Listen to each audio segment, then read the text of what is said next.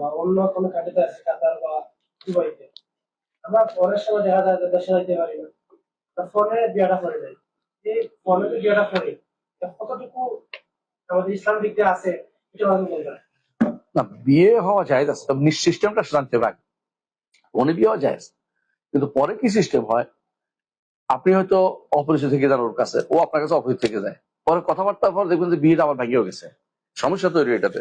এই জন্য ফোনের বিয়েগুলো আবার দ্বিতীয়বার যখন একসাথে হবে তখন এগুলিকে আবার বিয়ে পড়ানো ভালো। আর এই জন্য যে এই বিয়েগুলোতে অধিকাংশ সময় পরস্পর চিনা হয় না, জানা হয় না, কথা হয় না, পরে দেখা যায় যে এটা ভুল তথ্যের উপর নির্ভর করে বিয়ে হয়েছে। অনেক সময় দেখা যায় ফেসবুকে পরিচয় হয়েছে, বিয়ে হয়ে গেল, এগুলো খুবই খারাপ জিনিস। এটা এটা ভালো হয় না কোনোদিনই, কারণ এগুলি বেশিরভাগই 2 নম্বর 3 নম্বর থাকে মানুষ। ফেসবুকে যে মেয়ে ঢুকতে পারে সে মেয়ে খুব ভালো, বিশ্বাস করেন না। আমি বুঝাতে পারছি কথাটা। বিয়ের আগে যদি ফেসবুকিং করে মেয়েরা, কিন্তু তার সমস্যাটা অনেক বেশি। ফেসবুক করতে কতজনকে ধোকা দিচ্ছে আপনি বলতে পারবেন না, কতজনকে বলছে যে আমি একমাত্র তোমার, এটা আপনি বলতে পারেন, এটা মিথ্যা কথা বলছে অনেক সময়।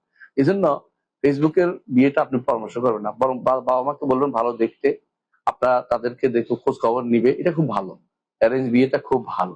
নিজেদের বিয়ে করাচ্ছে, অ্যারেঞ্জ বিয়েটার সৌন্দর্য কি, সবাই দেখলো জানলো, বিয়ে হইলো কি হইলো খবর রাখবে, এখানে কিছু গোপন থাকবে না।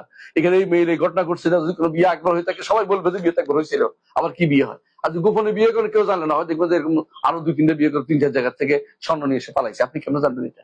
এই জন্য এটা করা যাবে না, বুঝছেন কথাটা। বিয়ে অনলাইন করা যায় আছে, কিন্তু শর্ত হচ্ছে আপনার আবার এটাকে কি করবেন, তখন একসাথে দৌড়াই নেবেন।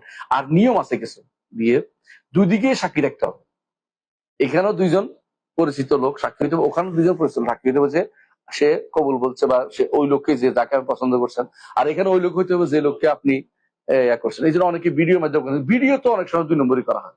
এই জন্য আপনি সঠিকভাবে বুঝতে পারবেন ততক্ষণ পর্যন্ত সাক্ষী 2জন গ্রহণযোগ্য ব্যক্তিত্ব, এদিকে 2জন না, ওদিকে 2জন না থাকবে। আরেকটা হচ্ছে আপনি কাউকে দায়িত্ব দিয়ে দেওয়া, যে তুমি আমার পক্ষ থেকে বিয়ের ব্যবস্থাপনা করে দাও। এটা ভালো, যদি কোনো আপনি তাকে চিনতে পারেন মেয়েকে, তখন এই ব্যবস্থাপনা নিতে পারেন, যায় যাচ্ছে শরীয়তে। কিন্তু এগুলি একেবারে অগত্যা, মানে যেটা না হইলে আর অন্য কোনো পথ নাই, তখন শুধুমাত্র এটা দিকে যাওয়া উচিত, চেষ্টা করা উচিত। ছুটি নিয়ে যায় বিয়ে করা, 2-4 মাস থাকা হক আছে ভাই। যতক্ষণ পর্যন্ত আপনার সাথে সম্পর্কটা গাঢ় না হবে, স্ত্রী চলে যেতে পারে, বাস্তবতা তাই। শয়তান ওখানে বেশি প্রবেশ করে যেখানে একটা ঘরকে নষ্ট করার জন্য। দেখবেন যে আপনার আত্মীয়ের মধ্যে কেউ যে তার সাথে আলোচনা, ভাবি অমুক তমুক, আপনি আপনাকে রাখা কেমনে বিদেশে, উনি কি করে, এবার দেখবেন যে আরেক শয়তান শুরু হয়ে গেছে।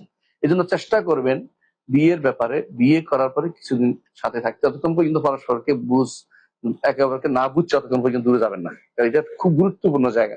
এবং এখানে সন্তান সন্ততি আসলে তাদের দিকে তাকিয়ে অনেক সময় পরিবারগুলো টিকে থাকে, এগুলো দেখা আমাদের দরকার। আল্লাহ আমাদের বোঝার তৌফিক দান করুন।